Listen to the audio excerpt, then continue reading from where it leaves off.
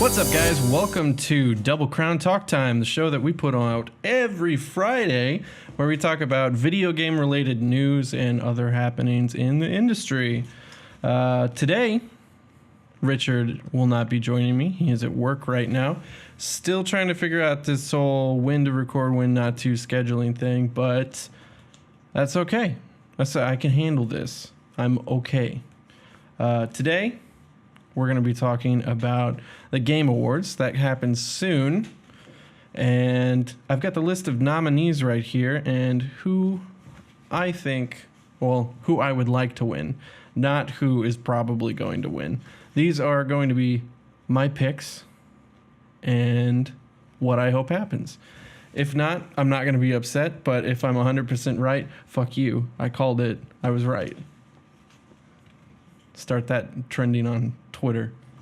Anyways, first category, Game of the Year. Nominations are Doom, Inside, Overwatch, Titanfall 2, and Uncharted 4. These are all fantastic games with the exception of Overwatch. I didn't like it very much, but I understand why it's on the list.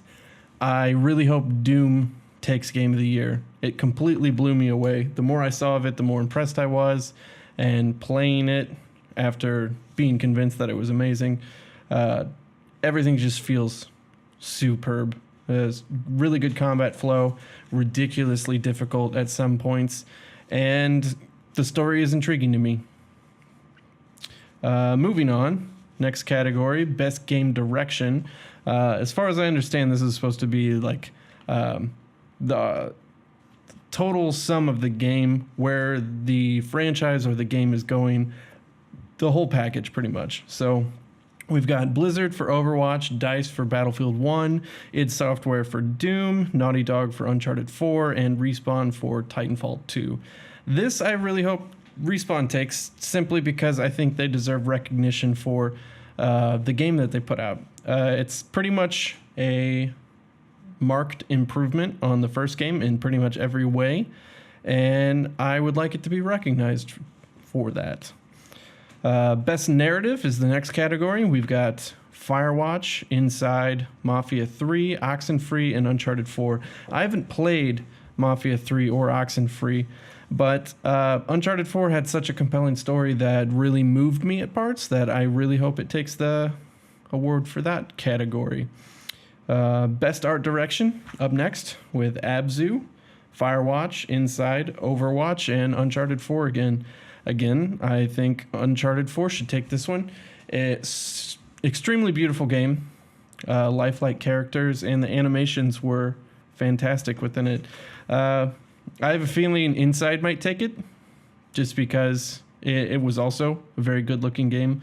Even though it had more of a minimalist style, the animations in that game were awesome, and they felt real. Next is Best Music / Sound Design. Up for nominations are Battlefield 1, Doom, Inside, Rez Infinite, and Thumper. I think Battlefield 1's going to take this simply because DICE has a reputation for having really good sound design, with everything from like their gun effects to footsteps, and the music score in this game was particularly really good. If it's not Battlefield 1, I hope Doom takes it, just because the soundtrack by Mick Gordon is phenomenal. Check it out if you haven't listened to it in its entirety. It's very long, but it's worth every minute. Next, we've got Best Performance for Voice Acting. We've got Mafia 3's main characters up for nomination. Both of the main characters in Firewatch are up for nomination. And Uncharted 4, we've got Nolan North, Troy Baker, or Emily Rose. Honestly, if any of those three from Uncharted 4 take the award, I will be happy.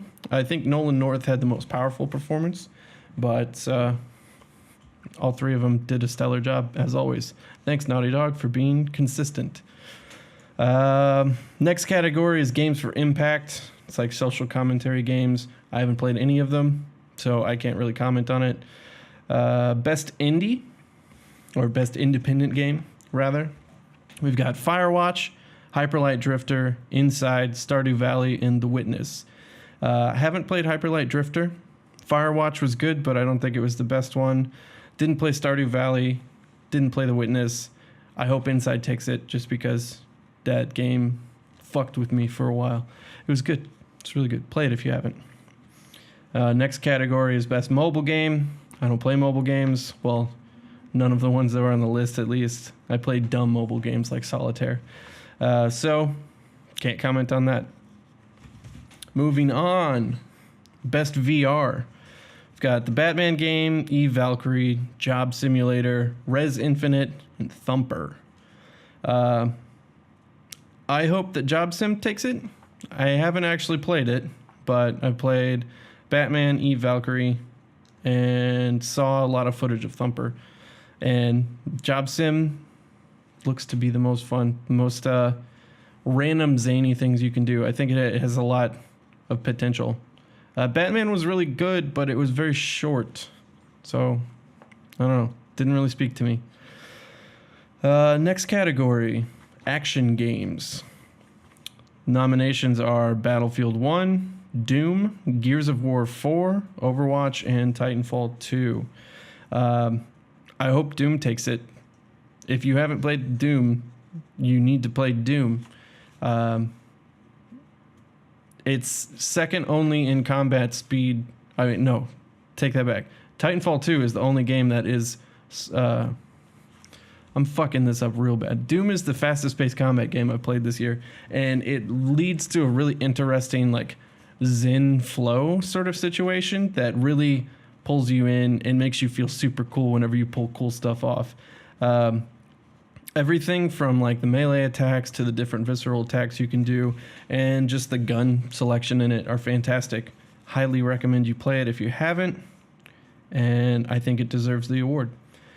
Action Adventure nominations are Dishonored 2, Hitman, Hyper Light Drifter, Ratchet and Clank, and Uncharted 4. I hope Uncharted 4 takes it. It deserves all of that. The puzzles in that game were fun, the combat was fun, and just the entire experience, I think it was a good wrap up to the series. Next category, RPG, best role-playing game. Dark Souls 3, Deus Ex, The Witcher 3 DLC Blood and Wine, World of Warcraft Legion, or the Xenoblade game. I think it's really weird that The Witcher 3 DLC is on this list, but that could just be because I don't consider DLC releases to be worth mentioning for award stuff like this. That could just be me, but I feel like it's weird to put that those things up against like Dark Souls 3 and Deus Ex that are like full releases. I hope that Dark Souls 3 takes it. I think it deserves it. I put so many hours across 3 different characters in that game and went back for the DLC and had a blast. Even though I only played it for 3 days, it was a fun experience, and I'm looking forward to the next DLC. Fighting games, I don't play them, so I don't have any comment on that. Strategy, same thing. Family, I actually wish that the Jackbox Party Pack was on there. I haven't played any of the other ones, so I can't comment on it, but whatever. Sports and racing, same thing. Don't play that.